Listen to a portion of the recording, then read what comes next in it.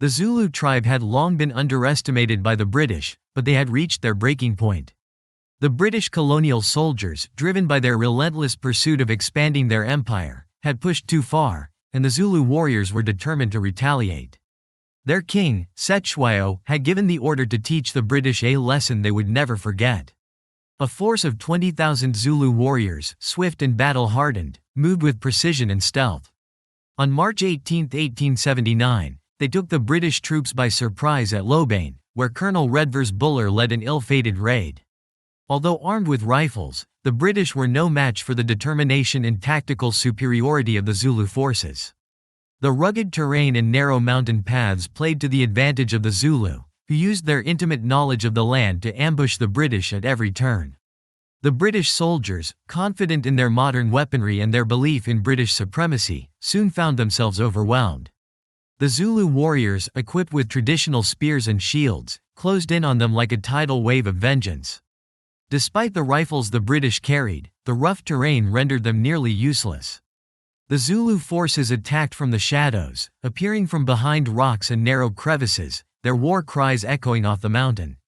The British soldiers fought with fear and desperation, but it was clear from the onset that they were outmatched.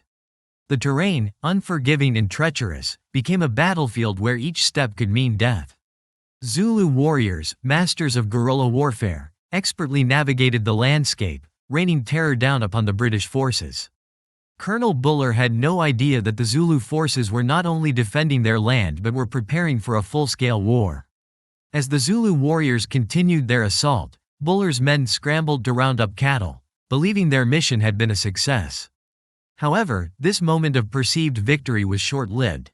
The Zulu warriors had outflanked the British and cut off their escape. Panic spread through the British ranks as they realized they were trapped, with sheer cliffs on one side and the relentless Zulu army closing in from the other. Buller ordered a retreat, but descending the mountain proved even deadlier than the battle itself. British soldiers and their horses stumbled and fell down the steep, narrow paths, all while the Zulu pursued them with lethal precision. The mountain had become a death trap. In the ensuing chaos, the British forces disintegrated. Zulu warriors, swift and agile, hunted them down without mercy. The mountain paths became the killing fields, where the British soldiers, now surrounded and outnumbered, fought a losing battle. By the end of the day, nearly 90 British soldiers lay dead, their blood soaking into the earth. Among them was Colonel Weatherly, a staunch believer in British invincibility, who had commanded the Weatherly's border horse. His death, along with that of many others, served as a stark reminder that the Zulu were a force to be reckoned with. Yet, amid the carnage, one British soldier, Ernest Grandier, found himself separated from the main body of troops. As the British ranks collapsed around him, he was captured by the Zulu warriors. For Grandier, death seemed inevitable. The Zulu, known for their fierce resistance to colonial invaders, had rarely taken prisoners. The memories of European forces eradicating African tribes were fresh in their minds. The British had slaughtered entire villages, enslaved survivors, and spared no one, not even women, children, or the elderly. The Zulu warriors, driven by this collective memory of destruction, had every reason to execute Grandier on the spot. But this time, something was different. Instead of killing him outright, the Zulu warriors took Grandier captive. He was bound and dragged away from the battlefield, his fate uncertain. The Zulu warriors had never before taken a British prisoner, but this time they chose to make an example of him. Grandier, stripped of his weapons and dignity, was brought before Mbeleni, a Swazi dissident and fierce ally of King Cetshwayo. Mbeleni, fresh from his recent victories over the British, questioned the captured soldier. However, Grandier's responses offered little of value. He was then sent on to face Manyamana, another Zulu leader, as his fate hung in the balance. The true test came when Grandier was bound and brought before King Cetshwayo, the lion of the Zulu nation. The king, surrounded by his victorious warriors, exuded an air of authority and power. Many of the Zulu warriors called for Grandier's death, eager to spill the blood of yet another British soldier. Grandier, terrified and vulnerable, spent a sleepless night tied to a tree, fully aware that his life could end at any moment. The next day, stripped of his uniform and dignity, he was forced to march alongside his captors, carrying their provisions as they journeyed 50 grueling miles to Ulundi, the heart of the Zulu kingdom. The journey was long and arduous, with Grandier constantly under the watchful eyes of his captors.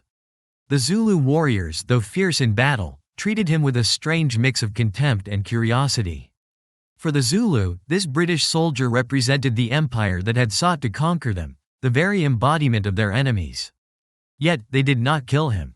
Instead, they marched him through the African landscape, allowing him to witness the strength and unity of the Zulu nation firsthand.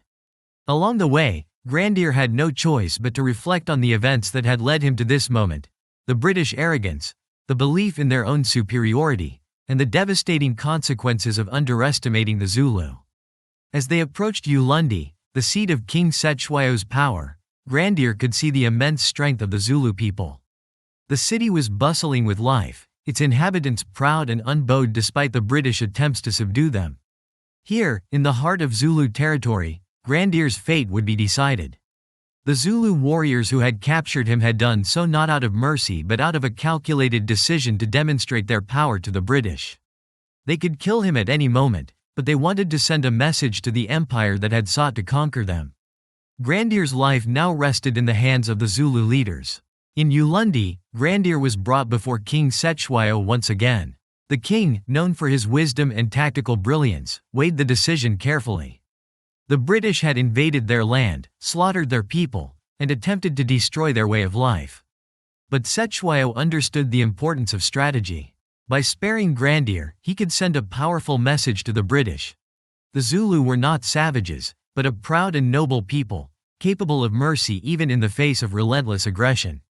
The decision was made. Grandier would live, not as a free man, but as a prisoner, a symbol of Zulu strength and British vulnerability. As Grandier settled into his new life as a prisoner, he became a living reminder to the Zulu people of their ongoing struggle against the British Empire. His presence served as a testament to their victory at Lobane and their continued defiance in the face of colonial domination. For the Zulu, the war was far from over, but their resolve had only grown stronger. Grandier, once a symbol of British arrogance, now stood as a witness to the resilience and courage of the Zulu nation. The events of Lobane had shaken the British Empire to its core, but for the Zulu, it was just the beginning of their fight for survival. And for Grandier, it was the beginning of a long and uncertain future, one where he would have to come to terms with his role in a war that had taken him far from home and into the heart of the Zulu kingdom. The weight of the journey was unbearable, but even more crushing was the knowledge that he might never return to share his story. Upon arriving at Ulundi, Ernest Grandier stood before the great King Cetshwayo, a man who commanded both reverence and fear. In his mid-50s, Cetshwayo had become a legendary figure, guiding his people through the perils of British imperialism with both wisdom and brute strength. His sharp eyes never wavered as he scrutinized the Frenchman standing before him. Through a Dutch interpreter, Cetshwayo began his interrogation, his deep voice filling the room with authority. Why had the British brought war to Zulu lands? What were their true intentions? And where was Prince Hama, the treacherous Zulu who had allied himself with the British invaders? Grandier, a mere soldier caught in a conflict far larger than himself, had no answers that could satisfy the king. He could not offer the information Cetshwayo sought, nor could he explain the imperial ambitions that had driven the British to invade the Zulu kingdom. When the conversation shifted to the weapons seized at Asandlawana, Grandier's situation became even more precarious. Cetshwayo showed him the very guns captured during that devastating battle and demanded to know if the Frenchmen could operate them. But Grandier, not an artilleryman, was of little use. He lacked the skills necessary to provide any meaningful insight into the British weaponry. Cetshwayo, disappointed by the lack of valuable information, made his decision. Grandier was to be imprisoned. For 4 long days, Grandier languished in confinement, his future uncertain and his mind racing with fear. His thoughts were consumed with the fate that awaited him. The news that arrived on the 4th day sealed his destiny. Mbeleni, the Zulu leader who had initially interrogated him, had been killed in battle. With Mbeleni dead, Cetshwayo decreed that Grandier would be sent back to Mbeleni's people, where he would meet his end as a tribute to the fallen leader. But Grandier had no intention of waiting to face his execution. On April 13, as he was being escorted by 2 Zulu guards, one armed with a rifle and the other with a spear, he saw an opportunity. The relentless march through the unforgiving African landscape had taken its toll on the guards. Exhausted from the heat and the long journey, they momentarily let their guard down, dozing off under the harsh African sun. Grandier acted swiftly. With adrenaline coursing through his veins, he grabbed a spear from the guard and, in a sudden and brutal motion, killed the rifleman. The other guard, startled and terrified, fled into the wilderness, leaving Grandier alone and free. Now, Grandier found himself in the most dangerous predicament of his life. He was deep in enemy territory, a lone man against the vast expanse of Zulu land. For 3 days and 3 nights, he moved through the rugged terrain, avoiding detection at every turn. He traveled only by night, using the cover of darkness to hide from Zulu patrols. During the day, he sought shelter wherever he could find it, beneath rocks, in thickets of tall grass, or in shallow caves. At one point, he nearly met his end when he stumbled upon a Zulu impi driving cattle across the plains. Forced to lie completely still, he watched in silence as the warriors passed by, his heart pounding in his chest.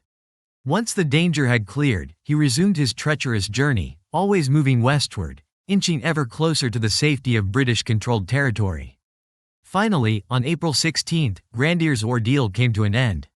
A British cavalry patrol discovered him, half-starved and exhausted but alive. When he recounted his harrowing tale of escape, it was met with a mixture of awe and skepticism. Could it really be true? Could a single British soldier have evaded the Zulu warriors and made his way to freedom on his own? Whispers of doubt began to spread. Some suspected that Grandier had not escaped at all, but had instead been released by the Zulu as a gesture of goodwill. Among those who questioned his story was John Colenso, the Bishop of Natal and a vocal defender of the Zulu people. In October, Colenso publicly raised doubts about the integrity of Grandier's account, casting a shadow over the soldiers' supposed heroics. Colenso was not alone in his skepticism. Others within the British command began to question Grandier's version of events. The Natal Mercury soon published an interview with none other than Mnyamana, a senior Zulu commander who had been present at the Battle of Lobane. Mnyamana's recollection of the events sharply contradicted Grandier's dramatic escape story. According to Mnyamana, King Cetshwayo had no intention of executing the captured Frenchmen. In fact, the Zulu king had ordered Grandier to be safely escorted back to the British camp at Kambula and released unharmed. The story Grandier had told, of brutal imprisonment and a daring escape, was, according to Mnyamana, nothing more than a fabrication. The doubts surrounding Grandier's story only deepened when Cornelius Veen, a Dutch interpreter who had spent considerable time in Zulu land during the war, came forward with his own testimony. Veen outright contradicted Grandier's claims of mistreatment. According to Veen, Grandier had not been beaten or starved during his time as a prisoner. On the contrary, he had been treated with an unexpected level of decency. Veen even claimed that King Cetshwayo had personally ensured that Grandier received supplies of tobacco and gin during his captivity. Far from being a brutal captive, Grandier had been afforded the rare privilege of comfort in the heart of the Zulu kingdom. Veen also confirmed that King Cetshwayo had planned to release Grandier all along. The king, it seemed, had no desire to execute the prisoner. Instead, Cetshwayo saw the value in sending Grandier back to his people, perhaps as a symbol of Zulu mercy or as a strategic move to demonstrate that the Zulu were not the savages the British had portrayed them to be. Yet, Grandier had chosen to flee, driven by his fear and the uncertainty of his fate. The story of Ernest Grandier's escape, once hailed as a tale of bravery and survival against all odds, was now mired in controversy and doubt. What had truly happened during those fateful days in Zululand? Was Grandier a courageous soldier who had defied the odds, or had he simply taken advantage of a moment of weakness to flee from a fate that was never as dire as he had claimed? The truth, it seemed, was far more complicated than the British were willing to admit.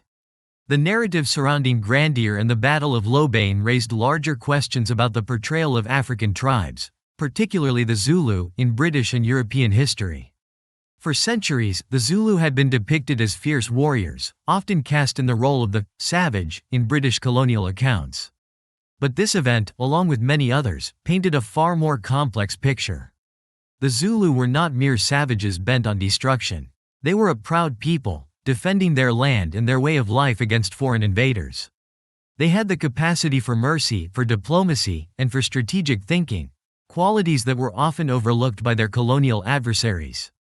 In the end, Ernest Grandier's story serves as a reminder that history is often shaped by those who tell it.